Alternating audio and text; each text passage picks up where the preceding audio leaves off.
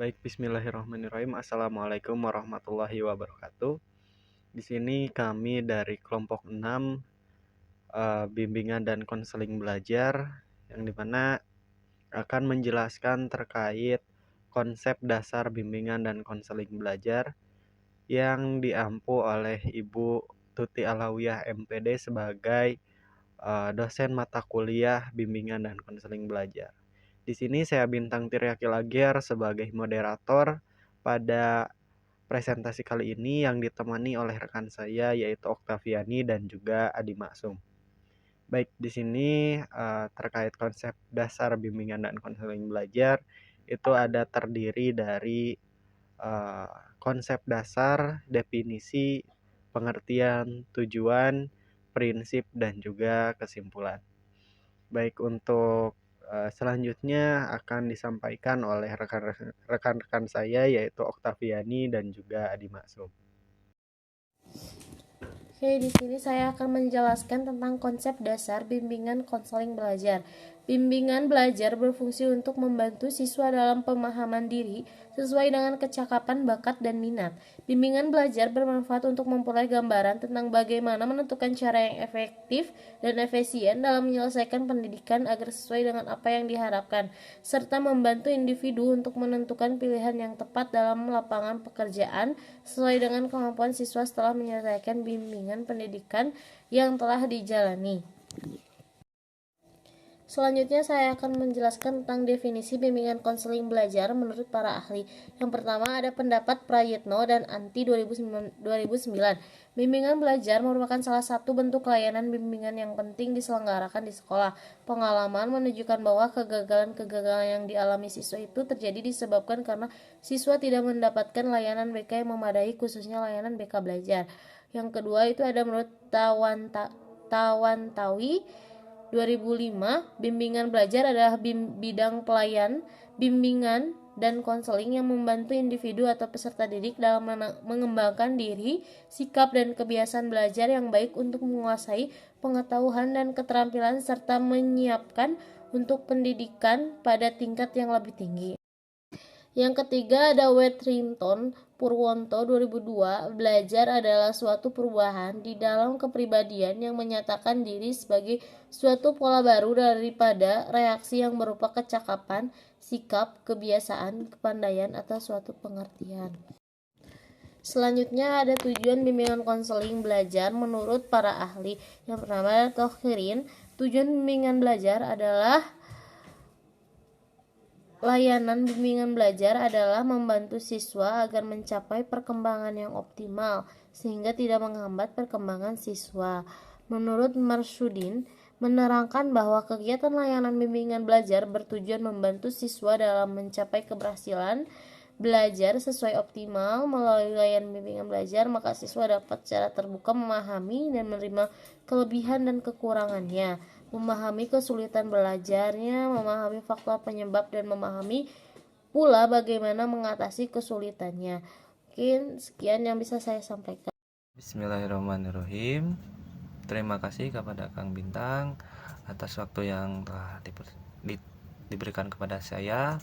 Di sini saya akan menjelaskan beberapa materi yang ada dalam bimbingan konseling, di mana materi pertama yang akan saya sampaikan adalah fungsi bimbingan konseling belajar.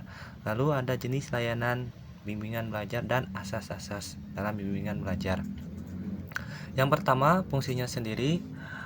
Fungsi dalam bimbingan belajar ada 4 fungsi yang akan saya sampaikan. Yang pertama adalah fungsi kognitif. Manusia menghadapi objek-objek dalam suatu bentuk representatif yang menghadirkan semua objek itu dalam kesadaran.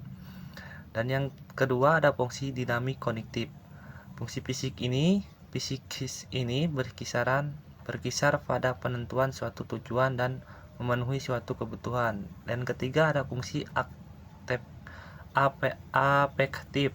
Di dalam perasaan manusia mengadakan penilaian terhadap semua objek. Dan yang terakhir ada fungsi sensor motorik. Kemampuan yang dimiliki siswa di bidang psikomotorik juga merupakan bagian dari keadaan awal di pihak siswa.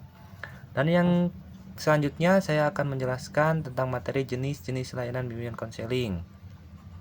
Jenisnya sendiri di sini ada 4 jenis menurut Prayitno 2024. Yang pertama ada layanan orientasi. Layanan orientasi merupakan layanan yang memungkinkan peserta didik memahami lingkungan baru, terutama lingkungan sekolah dan objek-objek yang dipelajarinya. Dan yang kedua ada layanan belajar. Layanan belajar merupakan layanan yang memungkinkan peserta didik mengembangkan sikap dan kebiasaan belajar yang baik dalam menguasai materi belajar atau penguasaan kompetensi yang cocok. Dan yang ketiga ada layanan penetapan dan penyaluran. Layanan penetapan dan penyaluran merupakan layanan yang memungkinkan peserta didik memperoleh penempatan dan penyaluran di dalam kelas. Dan selanjutnya ada layanan bimbingan kelompok. Layanan bimbingan kelompok merupakan layanan yang memungkinkan sejumlah peserta didik secara bersama-sama melalui dinamika kelompok. Terus ada layanan konten. Layanan konten di mana layanan ini penguasaan konten merupakan layanan yang membantu peserta didik menguasai konten tertentu, terutama kompetensi dan atau kebiasaan yang berguna dalam kehidupan di sekolah. Terus ini ada layanan konseling perorangan, merupakan layanan yang memungkinkan peserta didik mendapat layanan langsung tatap muka secara perorangan. Terus ini saya akan menjelaskan asas-asas BK Belajar. Dalam materi asas-asas BK Belajar ada 12 asas-asas. Di mana yang pertama ada asas kerahasiaan. Asas kerahasiaan sendiri yang menuntut dirahasiakannya segenap data dan keterangan peserta didik. Terus ada asas kesukarela,an, asas yang menghendaki adanya kekuasaan dan kerelaan, kesukaan dan kerelaan peserta didik untuk mengikuti atau melayani layanan kegiatan yang diperuntukkan. Di sini ada asas keterbukaan yang menghendaki agar peserta didik yang menjadi sasaran layanan atau kegiatan bersifat terbuka dan tidak pura-pura. Terus ada asas kekinian, asas yang menghendaki agar objek sasaran layanan, bimbingan dan konseling, yakni permasalahan yang dihadapi peserta didik atau kalian dalam kondisi sekarang, kondisi masa lalu atau masa depan. Terus ini ada asas kemandirian, asas yang menunjukkan bahwa pada tujuan umum bimbingan dan konseling, yaitu peserta didik sebagai sasaran layanan kegiatan bimbingan dan konseling diharapkan menjadi individu-individu yang mandiri dengan ciri-ciri mengenali diri sendiri dan lingkungannya. Selanjutnya ada asas kegiatan, di mana yang asas ini menghendaki agar peserta didik yang menjadi sasaran layanan dan berpartisipasi aktif di dalam penyelenggaraan kegiatan bimbingan, dan guru bimbingan perlu mendorong dan memotivasi peserta didik. Selanjutnya ada asas kedinamisan yang menghendaki agar isi layanan terhadap sasaran layanan peserta didik hendaknya selalu bergerak maju, tidak monoton dan terus berkembang. Selanjutnya ada asas keterpaduan, di mana asas ini menghendaki agar berbagai layanan dan kegiatan bimbingan konseling baik yang dilakukan oleh guru maupun bimbingan maupun pihak lainnya saling menjunjung harmonis dan keterpaduan. Terus ada asas kenormatifan yang menghendaki agar segenap layanan dan kegiatan bimbingan dan konseling didasari pada norma-norma baik norma agama, hukum ataupun norma-norma lainnya.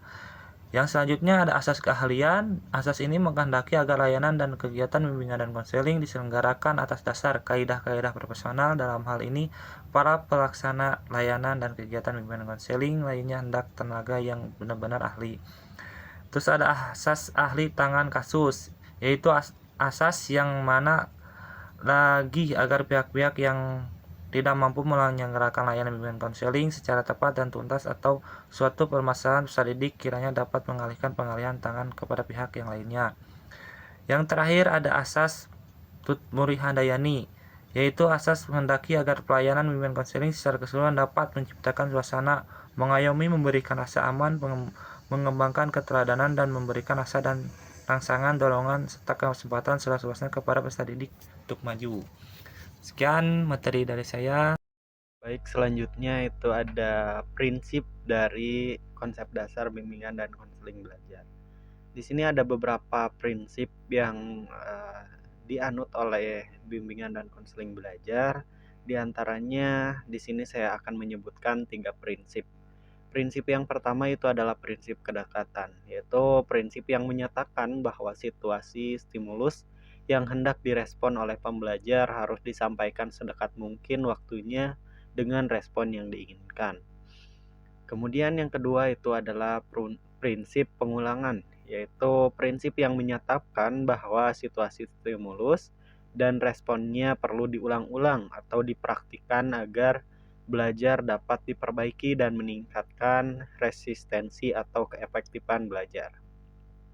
Kemudian untuk selanjutnya itu ada prinsip penguatan yang menyatakan bahwa belajar sesuatu yang baru akan diperkuat apabila belajar yang lalu diikuti oleh perolehan hasil yang menyenangkan, yang dengan kata lain, pembelajaran akan kuat motivasinya untuk mempelajari sesuatu yang baru apabila hasil belajar yang telah disampaikan dan dicapai mendapatkan penguatan dan juga mendapatkan sebuah motivasi tersendiri. Nah, ketiga prinsip tersebut disebut sebagai prinsip eksternal. Yang adapun dari tiga prinsip lagi itu ada prinsip internal ketiga prinsip tersebut.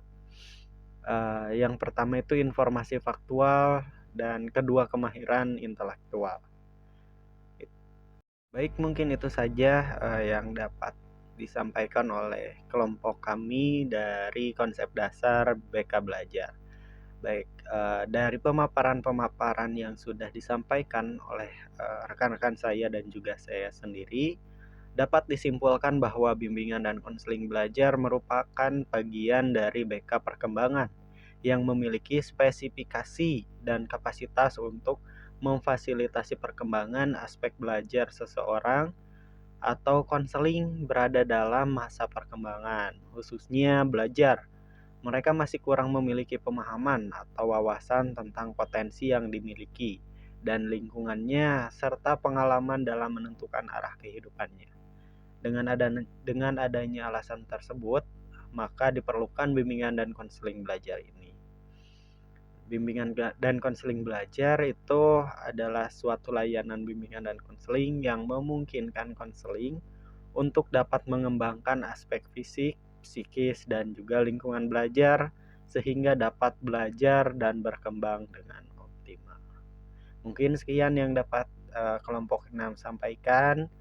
Kurang lebihnya mohon maaf. Wassalamualaikum warahmatullahi wabarakatuh.